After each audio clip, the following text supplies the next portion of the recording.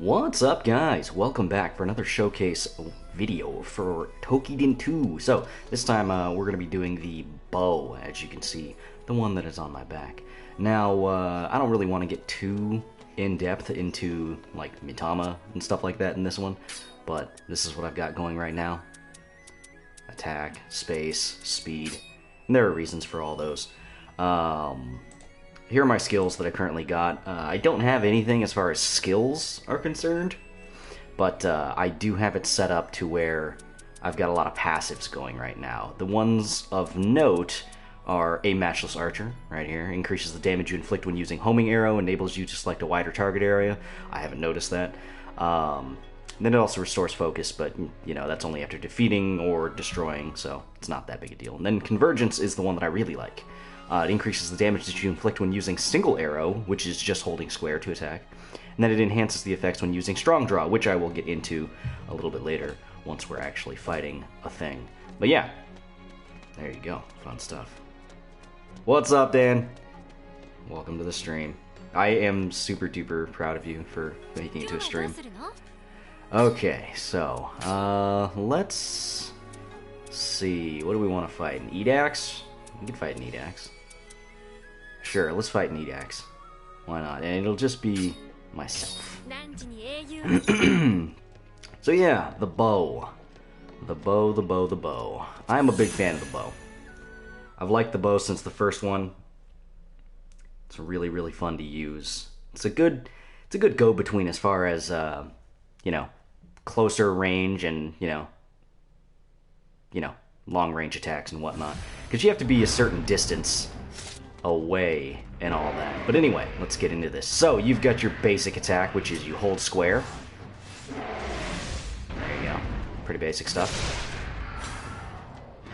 Pretty simple. And then you've also got your abilities that are called Quick Knocks, which is your triangle attack. So you hit it once, you get this little area effect thing. I'd never use the damn thing. After that, you can hit it twice, triangle. You'll actually knock up 5 arrows, which will go in a fan-shaped pattern. Pretty basic stuff. And then the one that basically the only one I use is you hit it 3 times, and you get a fountain. I like that one. Works the best for hitting multiple parts. It's also really useful for getting your weapon gauge up if you got the right skills for it. What's up, Rockman? Now, the other thing that you've got is your circle button, and that can do 2 different things. You've got this, which is your homing shot, which was mentioned earlier from that other Mitama that I had. The other thing you can do with circle, and oh yeah, by the way, if you're far enough away from an Oni and you do it, you get different color icons. Oh, never mind. He's staying on me.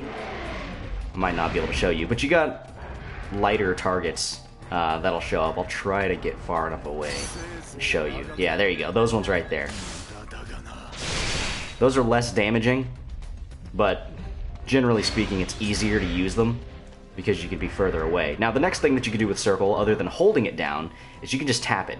And it'll get you on your knee. It takes care of your mobility, but it makes it so you charge significantly faster.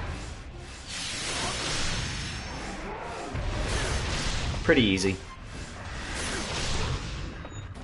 But you do lose the mobility, which is something you have to take into consideration while you're doing that.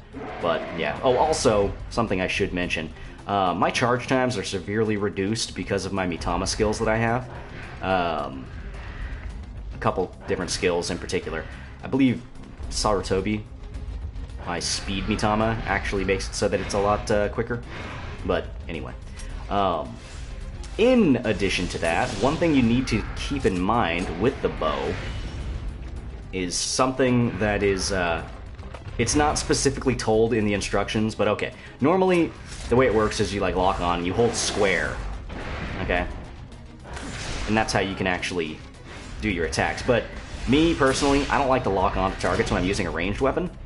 I like to just, I like to free ball it, what can I say? So what you can do is you can hit square to start your charge, and then you can hit R1, or you can hold R1, let go of square, and that'll let you actually hold the charge while holding R1. It helps with aiming a lot. And it sounds a little cumbersome, but you really get into the whole motion of it, without even really thinking about it a lot of the time. Ow. You son of a bitch. But yeah, it definitely helps facilitate it. Now, the other thing that isn't expressly told in the instructions is after any maneuver that you do, any move, it doesn't matter if you hit a target or not. See right there how I kind of reached down to my knee and then my bow started glowing yellow? That means that subsequent shots, I believe, will actually gain more power. It's kind of similar to how you can gain essence with the longsword. But, yeah. Pretty useful to know. And, like I said, that works after everything, so I could do this. And he'll do it. Easy. Actually, I should probably get the fuck away from this guy right now. Okay, so, next thing you want to know is this move. It's your square X move. It's called your Cursed Arrow. It's got 2 charges.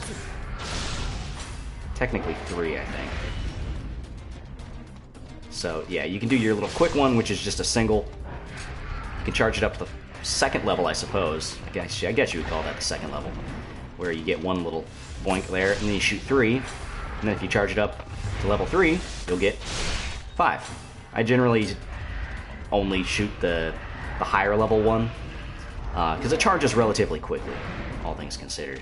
Now, what these do is you can actually stack them. You can get multiple stacks on an enemy body part and all that.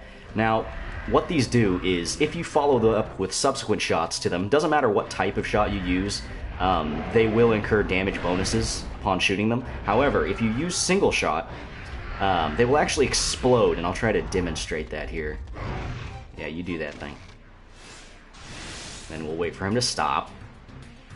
There we go. So if I use my single arrow, see how that flashed red? That means it's doing a good amount of damage. Whereas if I do this,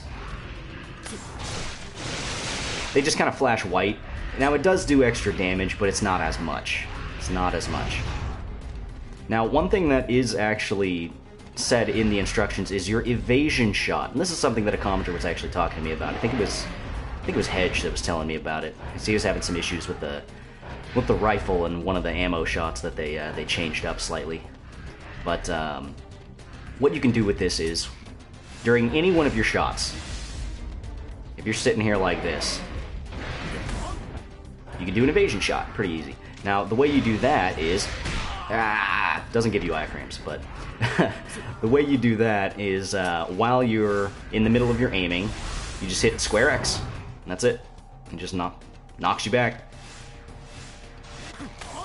You can only go backward. As far as I can tell, you can't change direction.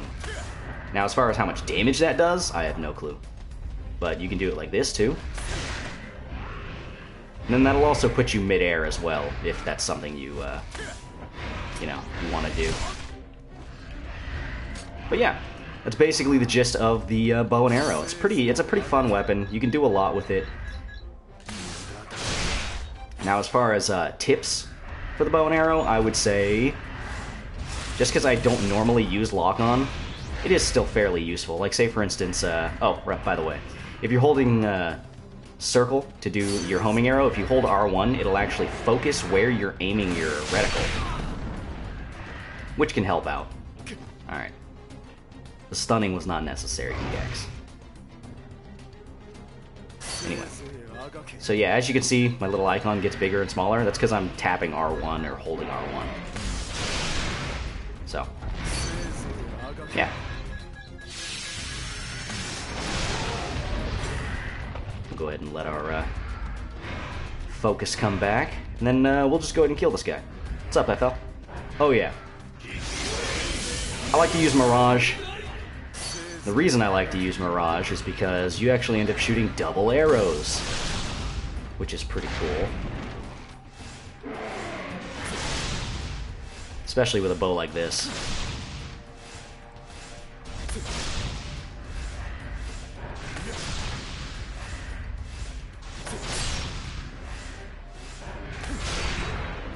So, made pretty quick work of that.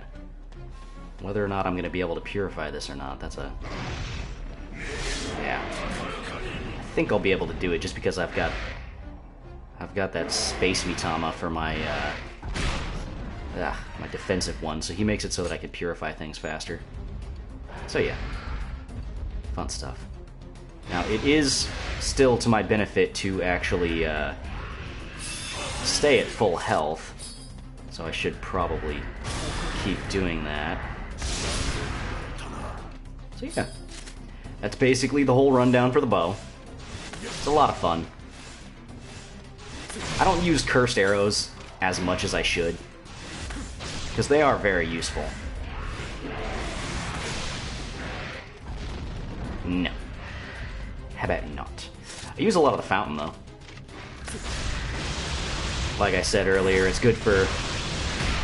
I was in the middle of knocking. When you're in the middle of knocking, you can't dodge, unfortunately. At least not with the setup that I have. Maybe if you had like a Speed Mitama setup and you had Acrobat or something like that.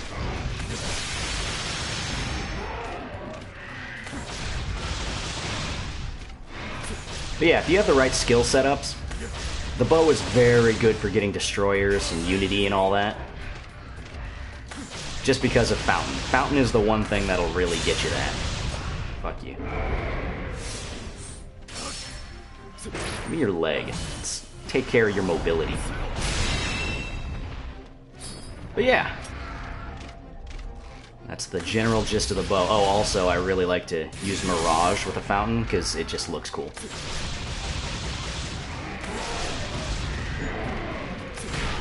Ah, fuck you. Stop it. You dick. I hate getting hit when I'm using Mirage, because you just end up wasting a lot of stuff. But as you can see, our Destroyer is actually already almost back. The majority of the way there, which is pretty cool.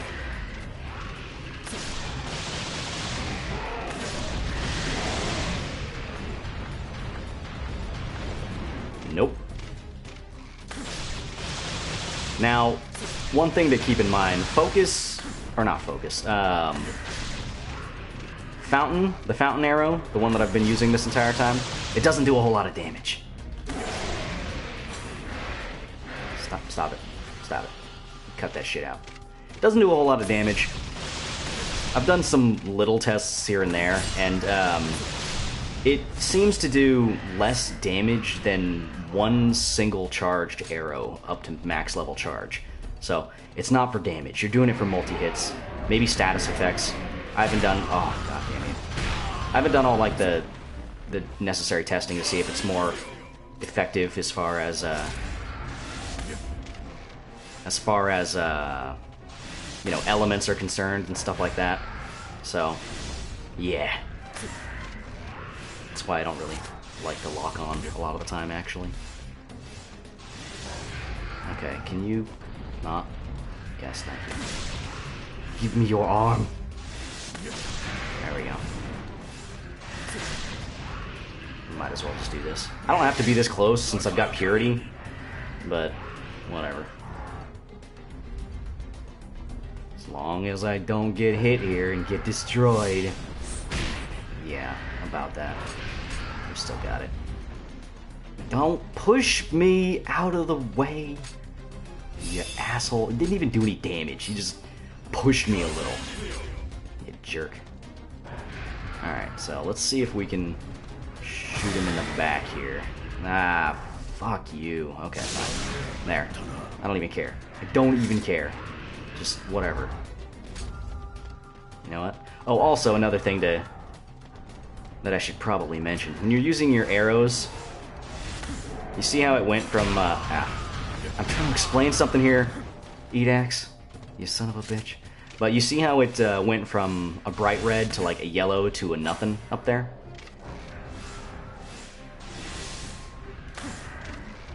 Yeah, that dictates, as far as what the colors mean, your damage. Like where your arrows will do the most damage as far as your range is concerned. So you can be really far away, you can, but you just won't be doing that much damage, or as much as you could be. So you want to stay mid-distance away, like basically half the distance you would be with a rifle, effectively. So yeah, didn't break all his parts, but whatever, that wasn't exactly the goal of this. That's fine. Why not just activate everything else?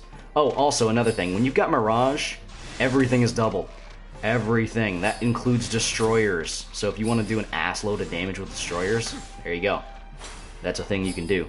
Most of the time I just end up using it with the strong stance and just throwing a bunch of arrows out there. But yeah. It would honestly probably be better for me to use Mirage with a rifle, because the rifle doesn't use stamina or focus while you're shooting, whereas the bow does, and Mirage actually increases focus used, but whatever. It's not that big a deal, all things considered. But yeah, that's going to do it for the bow. If you guys liked it, feel free to hit that like button, leave a comment down below, so on and so forth. I think I might do the gauntlets or the club or the spear next. That's probably like all the things I haven't done. Oh, and the Naginata. I haven't done the Naginata. But I might do the gauntlets or the club next. I haven't decided. I think I'm going to do some club, or not club. I think I'm going to do some gauntlet runs here and get a better feel for it. Maybe fix up, which Mitama I want to use with it until then. But hey, that's going to do it for that one. If you guys liked it, feel free to hit that like button, leave a comment down below, so on and so forth. And if you guys have any tips as far as the bow is concerned, or Mitama builds, or anything else that you think I should know, or anyone else should know, please leave them down below. And hey, I'll see you next time. Bye-bye.